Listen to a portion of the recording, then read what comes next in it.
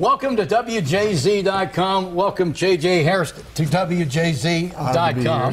Thanks for being with Now, us. some of you all may not know JJ. I'm assuming a lot of you who have logged on do. This may be one of the top male gospel artists on earth. Oh, wow. You're so You just got humble. nominated for a Grammy. Humble. Well, you know, we're happy to be here. We're in a good season. Gabriel's not the only man with a horn. Sometimes you got to toot your own horn. That's right. Okay? All right? Yeah.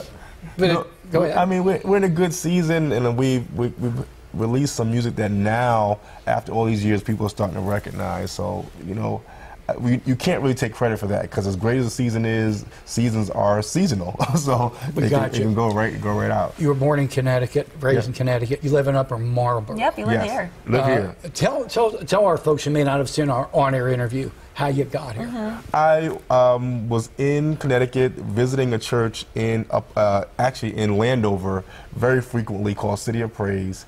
They were in a high school at the time. And the pastor says, "Hey, we would love for you to move your family down here." I'm like, "Okay, great." You know, we were at a church there. You know, we didn't know how seriously to take it. And he said, "You know, we really want to do it." So my wife and I talked about it, and we said, "Okay, we would do it. It would be a great area for our family." Had no idea that this church, which was in a school at the time, is really at a big church. And so now we're at one of the biggest churches on the East Coast, which is right here in Maryland. And do you cut your music here, or do you go to studios elsewhere to do it? Honestly, we did all of our music here. Really? Yeah, we did it at a church. You would think that we did a live recording at the church, and then our studio was actually in a church that wasn't as big as ours. We didn't go into a real studio because we wanted to have a really live feel. You know how sometimes you have a record that sounds really produced. We wanted to have an authentic feel, so we did our overdubs in a church and put it out, and it got received very well. We need to point out, we don't know when you're logging on.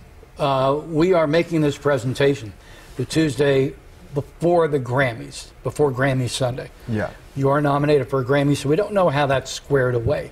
But you have been nominated for now a Grammy, Stellar Awards, Dove Awards. I mean, your resume. So many awards. It is getting really thick. Yeah. Well, you know what? It's so funny. We've been doing this so long. It's funny. You would think that a lot of things happen earlier, and they're happening now, which makes it even more rewarding. We were with a record label called E1 for years. We had our normal artist deal. And now this time we said, "Hey, I want to have my own record label," and they'll distribute it. So now we get all these nominations when we release it on our own label. So it became that much more rewarding. So I think the timing is perfect. Well, look, we've had a frequent guest of the show, Ken Navarro, one of the great smooth jazz guitarists. Ken lives over in Ellicott City. Oh, wow. Well, he moved to L.A., and he and his wife wanted a better life for their kids, so they came back home, if you will. And he goes, "Look, I can do all the recording here. I've got computers, I've got internet, I've got an international airport. I can tend to my business here. That's right. I can mix it to my own specs." That's how you feel as well? Absolutely. Because being from Connecticut, there was only one airport, and it wasn't even a major airport. Here you have 3 major airports, right, so we can get out anytime we need to. We do all of our production here. So a lot of our mixing and stuff happens in Nashville. Okay. But for the most part, all of our recording takes place here. So it's very comfortable, and it's a great place for our kids and the family. So it's worked out very well. Do your kids realize how good you are? How old are they? My son actually is 21. He goes to Bowie State University. My middle daughter is 14. And I have a baby girl who's 7. Oh. And my baby girl could care less about music. She wants to watch Disney Channel, and that's all she cares about. It's good. My middle daughter, she's starting to play keys, piano, which is awesome. Wow. I never thought that would happen. And my son is in media production, so. But does he even understand? Oh yeah. He gets it. My son is honestly my biggest supporter. Oh. Like anytime he can be there, like he wants to fly wherever I go, so he can stand there with a camera. And he's very excited. My middle daughter really is not impressed Now, if I had Cardi B next to me, She'd be we'd all in. about it. All in. Cardi B, you'll see at the Grammys. Absolutely. My daughter's mad because she can't go to the Grammys because Cardi B will be there. Hey, Cardi, for my daughter, baby. Yeah, you'll take a selfie and send it to her. Absolutely. I'm into music. I am heavy duty into music. When I leave here at 12:30, TV almost never goes on again. If I need to get news, here it is, WJZ.com or Yeah. On your CBS phone. News. It's on my phone. This is the Rock and Roll Hall of Fame website. So You have may not been wonder- here. No, I've not been here. Got to go. And if you wonder why I'm bringing up the Rock and Roll Hall of Fame website, all you have to do is hit the search button and type in gospel, or a name like Mahalia Jackson, or the one that I did, Sister Rosetta Tharpe is being inducted into the Rock and Roll Hall of Fame this year. And that leads you to America's foremothers: Ma Rainey, Bessie Smith, Billie Holiday, Mahalia Jackson, Mother Maybelle Carter. All got their start in gospel. It gets Wow. bigger. Roots of rock and roll. The Soul Stirrers, the Staple Singers, the Ward family. That's right. All got their start in gospel. That's right. Gospel begat R&B and the blues, That's right.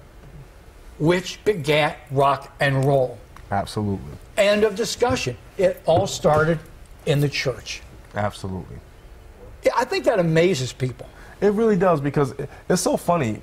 You can be a really great singer, but in the church, you're like, you're average. because everyone is so everyone in the church good. can sing. So if you can do really well in the church, when you get into the more secular arenas, they're like, oh, you're amazing. And for us, oh, yeah, we had her sing last week at the church. So you're right. A lot of these major platforms, these major other forms of music were birthed in gospel music.